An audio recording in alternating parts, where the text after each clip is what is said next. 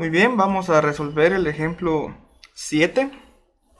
Tenemos que de este lado y de este lado tiene un valor de 7 y 4. Y tenemos que aquí está identificado con un pequeño cuadrado que nos indica que es un ángulo recto. Entonces, por lo tanto, es un triángulo rectángulo. Si este es el triángulo rectángulo y aquí se intersecta con un valor de 90 grados, quiere decir que el que está enfrente es la hipotenusa. Y por lo tanto, este lado que mide 7 es un cateto y este otro lado que mide 4 es otro cateto. Habiendo identificado sus lados y la hipotenusa, el enunciado dice encontrar el valor de los ángulos A y B. Vemos que este ángulo se va a llamar A y este otro ángulo se va a llamar B. Entonces, por lo tanto, debo resolver este ejercicio. Y las fórmulas son las siguientes.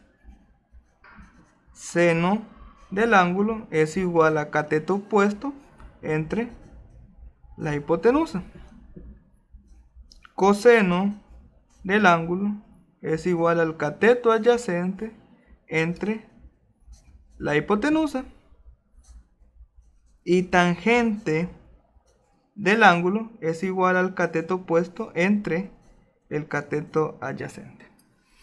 Teniendo estas tres fórmulas y verificando los datos, puedo ver que vamos a ver con cuál de estas tres se puede resolver.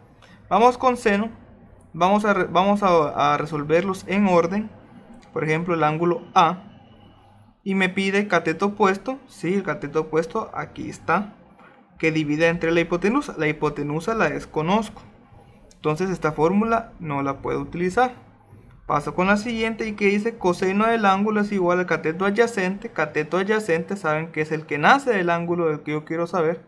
Dice que son 7 unidades. Entre la hipotenusa también yo lo desconozco, por lo tanto esta fórmula no la puedo utilizar. Tengo la siguiente que dice tangente del ángulo es igual al cateto opuesto. Cateto opuesto es el que está enfrente, 4, sí lo tengo. Entre el cateto adyacente, que es este, me da 7, entonces por lo tanto esta fórmula sí la puedo utilizar. Tomando la fórmula que dice tangente del ángulo ángulo A es igual a ¿qué? Al cateto opuesto, que es 4 unidades, entre el cateto adyacente, que son 7. Resolviéndolo, 4 entre 7 me da 0.57. Lo vamos a escribir aquí, 0.57. Entonces, tangente del ángulo A es igual a 0.57. Pero yo quiero conocer cuánto vale el ángulo A, no la tangente de su ángulo.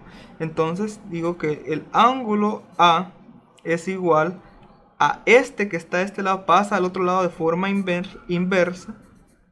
Tangente del ángulo, o tangente inverso, perdón, el ángulo no, porque se quedó aquí. Tangente inverso de ¿qué? De 0.57. ¿A cuánto equivale? Entonces digo que el ángulo A es igual a shift tan en su calculadora, 0.57 me da 29.68 grados. Entonces, por lo tanto, el ángulo A es igual a 29.68 grados. Entonces, el ángulo es 29.68 grados. Y para poder encontrar el valor de este ángulo, recuerden que la fórmula es la siguiente. Sigma de los ángulos A más B más C es igual, o la sumatoria de los ángulos A más B más C es igual a 180 grados. Entonces, por lo tanto, conozco el ángulo A es igual a 29.68 grados, más el ángulo B, que lo desconozco, más el ángulo C, que es un ángulo recto, se equivale 90 grados. Esto es igual a 180 grados. Sumamos los coeficientes numéricos, que son estos, que me va a dar 119.68 grados más B es igual a 180 grados. Por lo tanto, yo quiero conocer B, entonces esto lo paso al otro lado con su signo inverso y digo que B es igual a los 180 grados que están de este lado, se mantiene, y este que está con signo positivo paso a su inverso, que es con signo negativo, que tenemos 119.68 grados.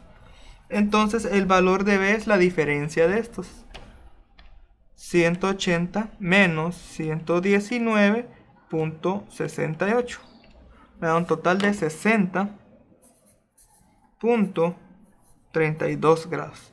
Por lo tanto, el ángulo B es igual a 60.32 grados. Y esta sería la respuesta del ejemplo número 7.